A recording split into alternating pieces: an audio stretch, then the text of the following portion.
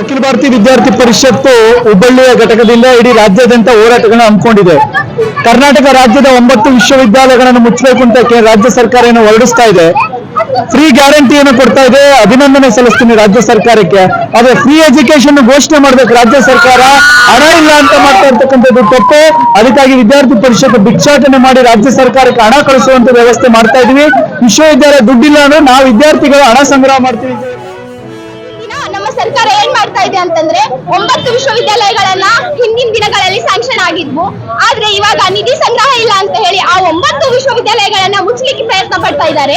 ಆದ್ರೆ ಒಂದೊಂದು ರಾಜ್ಯದಲ್ಲಿ ಯಾವ ರೀತಿ ಸರ್ಕಾರ ಇದೆ ಅಂತಂದ್ರೆ ಒಬ್ಬ ವಿದ್ಯಾರ್ಥಿನಿ ಸಲುವಾಗಿ ಒಂದು ರೈಲ್ವೆ ಸ್ಟೇಷನ್ ಅನ್ನ ಬಂದ್ ಮಾಡುದಿಲ್ಲ ಅಂತಂದ್ರೆ ಸುಮಾರು 10,000ದಿಂದ ಜಾಸ್ತಿ ಸ್ಟೂಡೆಂಟ್ಗಳು ಕಲಿತಕ್ಕಂತ ವಿಶ್ವವಿದ್ಯಾಲಯಗಳನ್ನ ಯಾರನ್ನ ಕೇಳಿ ಮುಚ್ಚಾಕ್ತಿದ್ದಾರೆ ಅನ್ನೋದು ನಮ್ಮ ವಿದ್ಯಾರ್ಥಿ ಪರಿಷತ್ ಇವತ್ತು ಬೀದಿಗೆ ಇದು ಭಿಕ್ಷಾಟನೆ ಮಾಡ್ತಾ ಇದೆ. ಈ ನಿಧಿ ಸಂಗ್ರಹ ಏನಾದ್ರೂ ಕೊಟ್ಟಾದ್ರೂ ನಾವು ನಮ್ಮ ವಿಶ್ವವಿದ್ಯಾಲಯಗಳನ್ನ ಉಳಿಸ್ಕೊಳ್ತೀವಿ ಅಂತ ಸರ್ಕಾರ ಮೊರೆ ಹೋಗ್ತಾ ಇದೀವಿ. ಸರ್ಕಾರ ದಯವಿಟ್ಟು ಎಚ್ಚೆತ್ತುಕೊಳ್ಬೇಕು. ಎಲ್ಲಿ ಶಿಕ್ಷಣ ಇರುತ್ತೋ ಅಲ್ಲಿ ರಾಷ್ಟ್ರ ನಿರ್ಮಾಣ ಆಗುತ್ತೆ. ಎಲ್ಲಿ ರಾಷ್ಟ್ರ ನಿರ್ಮಾಣ ಆಗುತ್ತೋ ಅಲ್ಲಿರ್ತಕ್ಕಂಥ ನಾಗರಿಕರು, ಅಲ್ಲಿರ್ತಕ್ಕಂಥ ಬೇರೆ ಸಾರ್ವಜನಿಕರು ಒಳ್ಳೆ ರೀತಿಯಿಂದ ಜೀವನವನ್ನ ನಡೆಸೋಕೆ ಸಹಾಯ ಆಗುತ್ತೆ.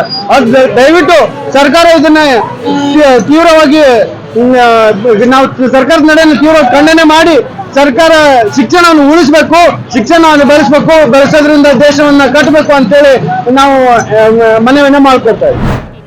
ನಮ್ಮ ಕುಟುಂಬ ಅನ್ನೋದು ಕಷ್ಟ ಅನ್ನೋದು ಏನು ಅರ್ಥನೇ ಆಗ್ತಾ ಇರಲಿಲ್ಲ. ಮುಂಚೆ ಜೀವನ ಅನ್ನೋದು ತುಂಬ ಕಷ್ಟ ಇತ್ತು. ಇವತ್ತಿನ ಕಾಲಕ್ಕೆ ಈ ಕೆಲಸ ಬಂದಾಗಲಿದ್ದ ನಮ್ಮ ತಾಯಿ ಮಕ್ಕಳೆಲ್ಲ ಸುಖವಾಗಿ ಇವತ್ತು ನಾನು ಕಷ್ಟಪಟ್ಟಿದ್ದಕ್ಕೂ ನಮ್ಮ ಮಕ್ಳಿಗೊಂದು ಗುಟ್ಟು ಕೊಡ್ತೀನಿ ಅನ್ನೋ ನಂಬಿಕೆ ನನ್ನಲ್ಲಿದೆ ಸರ್. ಇನ್ನೂ ಇಷ್ಟು ಕಷ್ಟಪಟ್ಟರು ಕೂಡ ಮಾಡ್ತೀನಿ ಅನ್ನೋ ನಂಬಿಕೆ ನಮಗೆ ಎಷ್ಟು ಉಲ್ಲಾಸವಾಗಿದೆ ಅಂದರೆ ಈ ಕೆಲಸ ಏನೋ ನಮಗೆ ಸ್ವತಂತ್ರ. ಇವಾಗ ನಾವು ಕಷ್ಟಪಟ್ಟು ಮಾಡಿದ್ದಕ್ಕೂ ನಾವು 10 ರೂಪಾಯಿ ತಿಂತೀವಿ, ನಮ್ಮ ಮಕ್ಕಳು ಮರಿಗೆ ಒಳ್ಳೇದಾಗುತ್ತೆ ಅನ್ನೋ ನಂಬಿಕೆ ಮೇಲೆ ನಾವು ಈ ಕೆಲಸ ಮಾಡ್ತಿದ್ದೀವಿ ಸರ್. ಹೋಗಿ ಮತ್ತೆ ಫಾರಂ ನಂಬರ್ 6 ಇದು ಮಾಡಿದ್ದಕ್ಕೆ ಅವ್ರು ಕೆರೆ ಕೆಲಸ ಕೊಟ್ಟರು, ಕೆರೆ ಹೂಳೆತ್ತ ಕೆಲಸ. ಅವಾಗಿಂದ ಒಂದು ಸ್ಟಾರ್ಟಿಂಗಲ್ಲಿ ಒಂದು 50 ಜನ 40 ಜನ ಹಂಗೆ ಬಂದರು. ಮತ್ತು ಪೇಮೆಂಟ್ ಇವಾಗ ಕರೆಕ್ಟಾಗಿ ಬಂತು 350.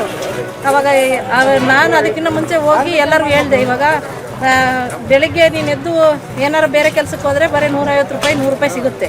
ಇವಾಗ ಇದು 350 ಬರುತ್ತೆ. 1-2 ಅವರಲ್ಲಿ ಕೆಲಸ ಮುಗಿಸ್ಬಿಟ್ಟು ಬಂದು ನೀವು ಸಪ್ರೇಟಾಗಿ ಹೋಗ್ಬೋದು ಅಂತ ಸ್ವಲ್ಪ ಮಾಹಿತಿ ಕೊಟ್ವಿ ಸರ್. ಭಾಳ ಜನಕ್ಕೆ 200-250 ಜನ ಮಾಡ್ತಾ ಇದ್ದಾರೆ ಸರ್ ಕೆಲಸ. ಇವಾಗ NRG ಕೆಲಸಕ್ಕೆ ಇಲ್ಲಿಗೆ ತಿಂಗಳದಟ್ಟಿ ನಾವು ಬರ್ತಾ ಇದ್ದೀವಿ. ಅದರಿಂದ 350 ರೂಪಾಯಿ 60 ರೂಪಾಯಿ ಕೊಡ್ತಾ ಇದ್ದಾರೆ. ಅದರಿಂದ ಬೆಳಿಗ್ಗೆ ಬಂದು ಕೆಲಸ ಮಾಡ್ಕೊಂಡು ನಮ್ಮ ಮನೆಗೆ ಹೋಗ್ಬಿಟ್ಟು ನಮ್ಮ ಸ್ವಂತ ಕೆಲಸನೂ ಮಾಡ್ಕೊಳ್ತಾ ಇದ್ದೀವಿ. ಅದು ಕೂಡ ಕಲಾಗಿ ನಮ್ಮ ಮಕ್ಕಳಿಗೂ ವಿದ್ಯಾಭ್ಯಾಸಕ್ಕೂ ಎಲ್ಲಕ್ಕೂ ಅನುಕೂಲ ಆಗುತ್ತೆ. ಅದಾದಮೇಲೆ ಮುಂದೆ ಇನ್ನೂ ಒಂದು 50 ದಿನ ಹೆಚ್ಚಾಗಿ ಕೊಟ್ಟರೆ ನಮಗೆ ಭಾಳ ಅನುಕೂಲ ಆಗುತ್ತೆ ಅಂತ ನಿಮ್ಮನ್ನು ಕೇಳ್ಕೊತಾ ಇದ್ದೀವಿ.